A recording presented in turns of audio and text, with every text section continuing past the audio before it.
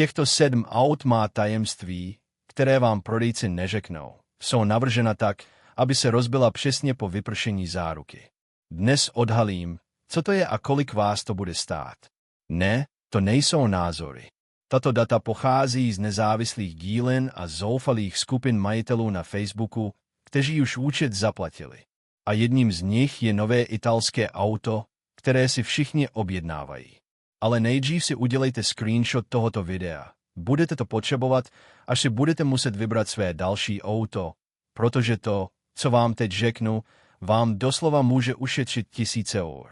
Není to jen přísloví, jsou to skutečné peníze, které zůstanou na vašem účtu místo toho, aby skončily v kapsách prodejců náhradních dílů. Viděl jsem nabídky od 3 000, 5 000, dokonce i 8 000 eur za auta, která jsou prakticky nová. Auta, která by měla být na papíře vrcholem moderní spolehlivosti, auta, která se zdají být při zkušebních jízdách dokonalá, auta, která prodejce zaručuje jako nejlepší ve své třídě. Číslo 3 mě šokovalo. Nemyslel jsem si, že tak prestižní značka, po které touží mít v garáži každý, by mohla klesnout tak nízko. A číslo 1? No, když jsem ten příběh zveřejnil na Instagramu, prodejce mě zablokoval na WhatsAppu. Opravdu mě zablokoval. Žádná odpověď, žádné vysvětlení. Náhoda? Opravdu si to nemyslím. Pokud máte jedno z těchto aut, připravte se psychicky. To, co vám teď řeknu, vám možná zkazí den, ale je lepší si zkazit den dnes než zítra bankovní účet, že? A věř mi, potom, co jsem viděl, bys raději znal pravdu teď, než se to dozvědět od mechanika. BMW X1. Pokud jste si mysleli, že BMW znamená kvalitu, s novým X1 byste si to mohli rychle rozmyslet. Zde Němci šetřili všude, ale prémiovou cenu si nechali. Začněme tím nejabsurdnějším bodem, 3válcový motor. BMW, značka s nejhladšími 6válcovými motory na světě, vám nyní prodává 3válec, který na volnoběh vibruje jako pračka v odstřeďování. Na fórech majitelé mluví o trapných vibracích na semaforech. Někteří lidé vypínají motory ne proto, aby ušetřili benzín, ale aby se necítili pozorováni. Když motor takhle vibruje, dvoumotový setrvačník dlouho nevydrží. Je to fyzika, ne názor.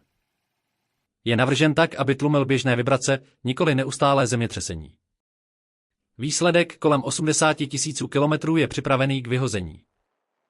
Průměrný odhad 2200 eur.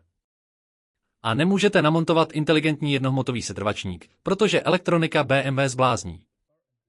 Pak je tu obvyklá moderní kletba, 48V mild hybrid.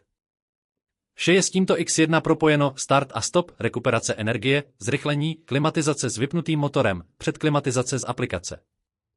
Když začne selhávat lithium-ionová baterie, opět kolem 80 000 kilometrů, skončíte s nefunkčním systémem start-stop, vyšší spotřebou paliva, pomalým autem a nakonec s účtem 1800 eur za baterii, řídící modul a přeprogramování. Víš, co to znamená? Že v autě, které stálo minimálně 40 000 eur, můžete snadno utratit 4 000 eur za příplatkovou výbavu jen na opravu toho, co vám mělo ušetřit. Majitel domu v Bologně mi napsal, zaplatil jsem 48 000 eur, abych zažil potěšení z řízení BMW. Po 80 000 kilometrech jsem utratil 4 500 eur za opravy. Za stejné peníze bych mohl mít ojetou pětkovou řadu. Aspoň to bylo opravdové BMW. A nejlepší na tom je, že to jen zavibruje a vyprázdní vám to účet. Ten další doslova exploduje. A nemluvím do větru. Mercedes GLA. Mercedes s motorem Renaultu, ale ne, lidé to pořád kupují jako housky na krámě. Mercedes GLA, ten, který stojí minimálně 45 000 eur, je vybaven 1,3-litrovým turbomotorem vyvinutým ve spolupráci s Renaultem. Stejný identický motor, který najdete v Capturu, Qashqai a dokonce i v Dacii Dusteru. Zaplatíte 3x tolik, abyste měli stejné srdce jako Dacia, ale s hvězdou na kapotě. A ironií je, že motor je ten nejmenší z problémů. Skutečná katastrofa je všechno, co kolem toho Mercedes postavil, jako byste na bezdomovce oblékli oblek od Armaniho zvenku elegantní, ale uvnitř je to pořád to, co to je. Mírný hybridní systém je džungle zbytečné technologie, předčasné vypnutí motoru, aktivní tepelný management, předkondicionování turba, logika Formule 1 v rodinném crossoveru. Když spadne, je konec hry. Pak je tu elektronika. Slavný M-Bux je propojen se vším, s motorem, převodovkou, klimatizací, odpružením, světly, masáží sedadel, dokonce i s vůní v kabině. Když zamrzne a stává se to často, můžete se ocitnout s autem, které nejde nastartovat, protože server Mercedes neověří předplatné. Zní to jako vtip, ale skutečně se to stalo. Převodovka DCT je další noční můra, dvouspojková převodovka za 12 000 eur, která po 80 000 km při rozjezdu může skřípat, při podřazování cukat, odmítat zařadit zpátečku, nebo, co je horší, ji zařadit, když by neměla. Celkem 7 000 eur na autě, které stálo 50 000 eur. Majitel nemovitosti v Římě mi napsal, utratil jsem 52 000 eur, abych si pořídil Mercedes. Po 85 000 kilometrech dalších 6 800 na opravy. Prodejce říká, že je to běžné opotřebení. Pokud normální znamená 7 000 eur, vybral bych si jinou značku. A ne, není to jediná prémiová značka, která zrazuje. Další není Němec a je mnohem horší. Alfa Romeo Junior. Připravte se. Vezměte si kapesník, pokud jste fanoušek Alfy, protože to, co se chystám říct, bude bolet. Alfa, která zrazuje Biscione. Je mi líto fanoušků Alfy, opravdu. Sám jsem v minulosti měl Alfu 156, po které se mi dodnes stýská, i když žrala ramena náprav jako bramborové lupínky. Ale aspoň byla Italka, měla italské problémy a rozešli se italským stylem. Ten junior je urážka. Urážka historie značky, urážka každého, kdo miloval Alfu Romeo, urážka celé Itálie. Je to Peugeot 2008 přestrojený za Alfu Romeo, prodávaný za cenu Alfy Romeo s problémy Peugeotu znásobenými 3. Je to jako koupit si Rolex a zjistit, že uvnitř je stroje Casio. Ale aspoň ty Casio fungují. Ne tohle. Základem je platforma Stellantis CMP. Stejný jako v Peugeotu 2008, Oplu Corsa, DS3 Crossbacku, Fiatu 600 a Jeepu Avengeru. Všichni jsou stejní. Stellantis udělal nejkřiklavější copy-paste v historii.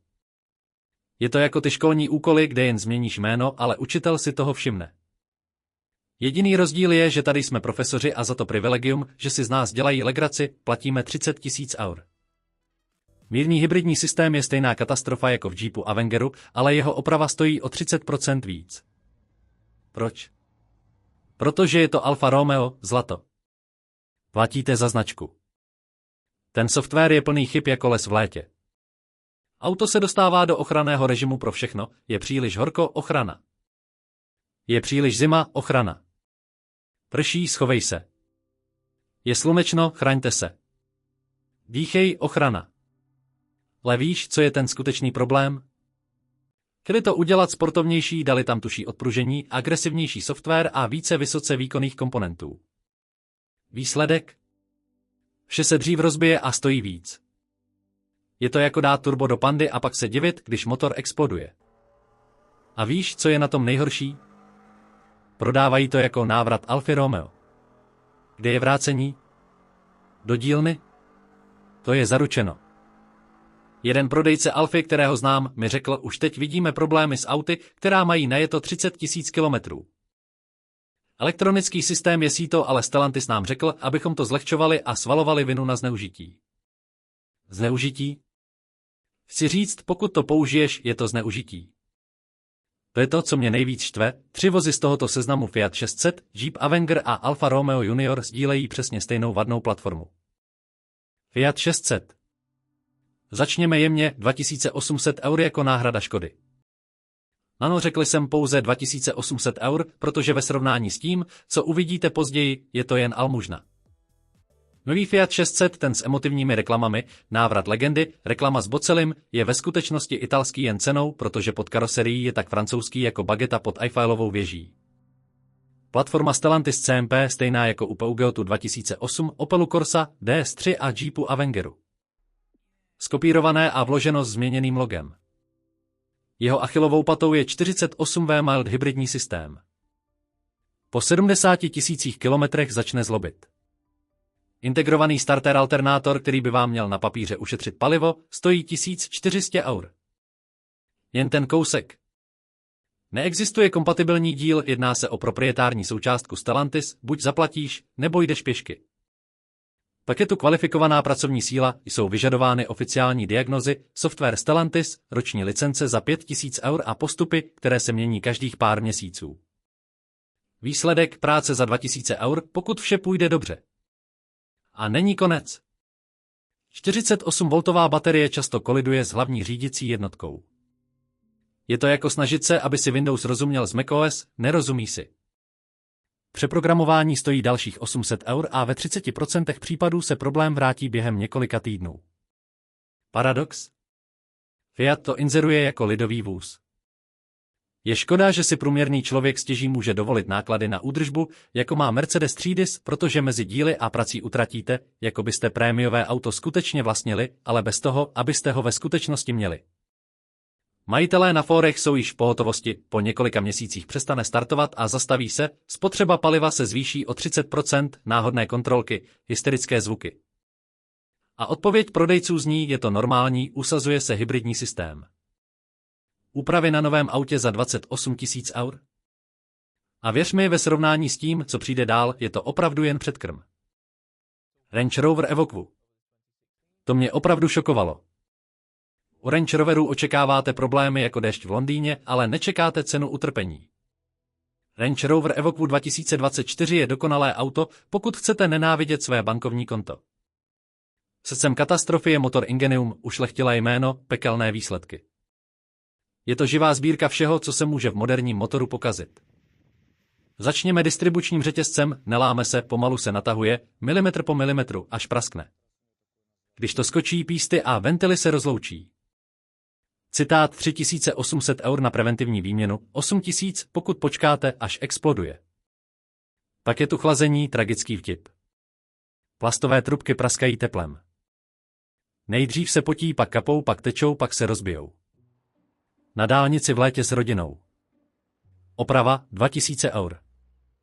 Životnost 20 000 kilometrů, pak zpátky na začátek. Turbo začne roztomilým pískáním, pak se z něj stane letadlo, pak bílý kouř, pak modrý, pak černý. Duhová duha zoufalství. Nový turbo stojí 2800 eur, repasovaný 1800, ale nevydrží tak dlouho jako croissant. Podnikatel z Monzy mi napsal to nejničivější svědectví, 8600 eur za opravy za 2 roky. Auto stálo 68 000 eur. Pokaždé, když jdu do dílny, odcházím o 2000 eur chudší. Stojí mě to 50 centů na kilometr jen za opravy, víc než palivo. A když už mluvíme o dílnách, Land Rovery jsou proslulé svým kreativním cenotvorbou. Diagnostika 180 eur, hodina práce 120 eur, vzduchový filtr 280 eur. Je to originál? Ano. Volkswagen T-Roc. Přestaň. Pokud se rozhlížíte za jízdy, zastavte u krajnice. Co vám teď řeknu o Volkswagenu T-Roc, vás možná šokuje, a pokud ho vlastníte, je mi to opravdu líto. Problém má křestní jméno a příjmení 1.5 TSI ACT. ACT znamená technologii aktivních válců. Na papíře je to pokročilé, ale ve skutečnosti je to jeden z nejhloupějších nápadů, jaký kdy byl na moderní auto použit. Funguje to takto, při konstantní rychlosti auto vypne 2 ze 4 válců. Opravdu je odrazují, zavřené ventily, vstřikování zastaveno, polovina motoru mrtvá. Je to jako nutit Usaina Bolta běhat na jedné noze. Může to udělat, ale nedává to smysl. Výsledek? Předpovězená mechanická katastrofa. Válce se stovkykrát zapalují a vypínají. Nepravidelné mazání opotřebované písní kroužky, stěny válců poškrábané jako poškrábaná deska. Je to jako oholit si půlku obličeje a druhou půlku nechat neoholenou. Pronajímatel v Miláně mi poslal nabídku 5400 eur. Motor spotřebovával litr oleje každých 800 kilometrů. Polovina motoru běžela na sucho. Výsledek, ložiska jsou zadřená, válce je třeba přebrousit a klikovou řídel přebrousit. Kompletní generálka 2,5 let starého auta.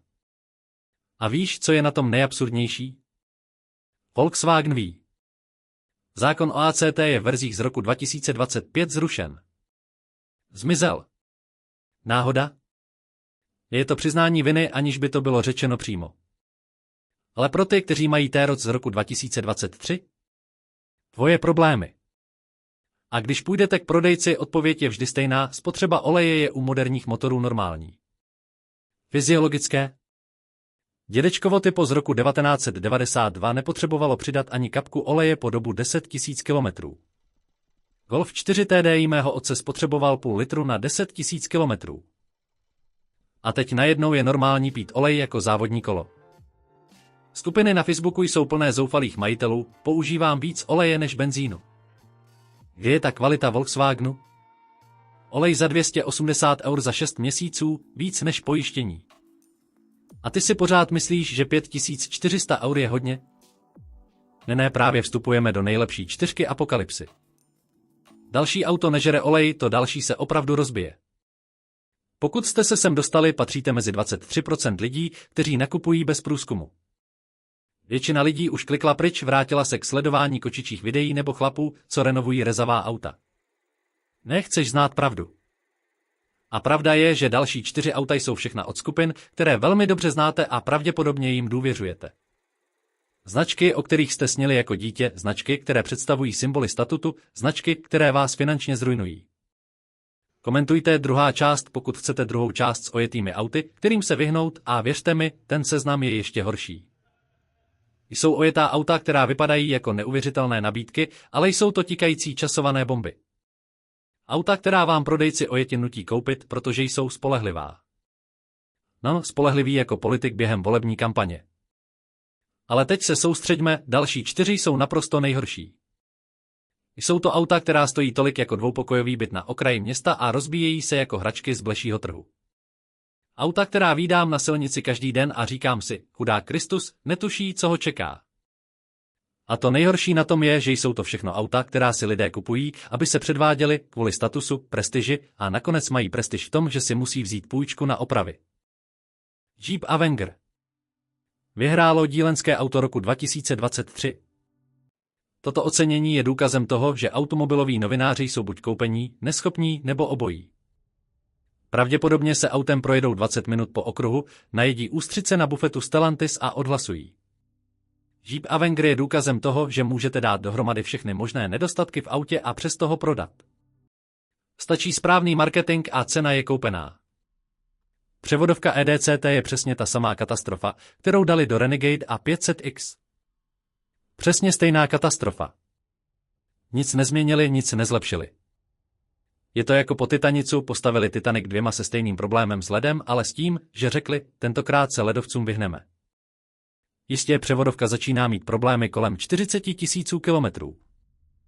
Nejprve jsou to malé nerozhodnosti, mám to dát do 3. nebo 4. rychlostního stupně? Pojďme na 3,5. Se při rozjezdu začne škubat, jako by vás někdo táhl zpátky, když se rozjíždíte. Se nepřepne ani na sudé, ani na liché rychlostní stupně, ani na žádné. Je to hra ruské rulety s převody, jaký pochod mi dnes zahrajete? V 80 000 kilometrů je připravený k vyhození, ne k opravě. Vyhoď to, protože odhad na opravu je vyšší než koupě nové převodovky. 4500 €. Minimálně 4500 € za výkup vozu, který stojí 28 000 €. Je to 16% hodnoty nového auta. Ale je to horší. Elektronický systém řízení převodovky, protože to nemohla být jen tak jednoduchá převodovka. Ne, musela být elektronická, řízená, inteligentní, je v naprostém rozporu se systémem mild hybrid. Je to jako zavřít fanouška Interu a fanouška AC Milan do jedné místnosti v den derby s jediným pivem. Špatně to dopadne. Skupiny vlastníků na Facebooku jsou Danteho peklo v automobilové podobě. Přečtu ti pár skutečných příspěvků. Auto se porouchalo na dálnici ve 3. pruhu s mojí těhotnou ženou a 3letým synem. Žijeme zázrakem. Jsem na 7. záruční opravě se stejným problémem. 7. Převodovka už nejde zařadit ani sudé rychlostní stupně. Prodejce říká, že na náhradní díl musím čekat 3 měsíce. 3 měsíce. Mezitím, co mám dělat? Jezdím jen na 1., 3. a 5. rychlostní stupeň? Ale znáš poslední tečku? Prodejce Jeepů v Neapoli mi přiznal samozřejmě anonymně, že Stellantis má 47stránkovou interní zprávu o závadách modelu Avenger. 47 stránek. Ale oficiálně jsou to izolované případy, stejně izolované jako pandemie v roce 2020. Stellantis vytvořil pojízdný podvozek a postavil na něj 3 různá auta. Je geniální ve své hlouposti nebo hloupý ve své genialitě? 3krát prodáváte stejný problém za různé ceny. Seznam spolehlivých alternativ pro každou kategorii v prvním komentáři. Přečtěte si to, než si něco koupíte. Je to rozdíl mezi klidným spánkem a probuzením se v potu s myšlenkou na další službu. Pošlete toto video komukoli, kdo si právě teď, ne zítra, ale právě teď kupuje auto. Každý den, který uběhne, je dalším dnem, kdy si někdo podepisuje smlouvu na jedno z těchto aut. Nech si to. Zachránil si peněženku. Zachraň své manželství, protože věř mi, až tvoje žena zjistí, že oprava stojí 7 000 eur, rozvod bude levnější. Pokud vám YouTube zobrazil toto video, algoritmus ví, že hledáte auta. Je to božské znamení. Přihlaste se, než naděláte problémy. Červené tlačítko níže má větší hodnotu než jakékoliv komplexní pojištění.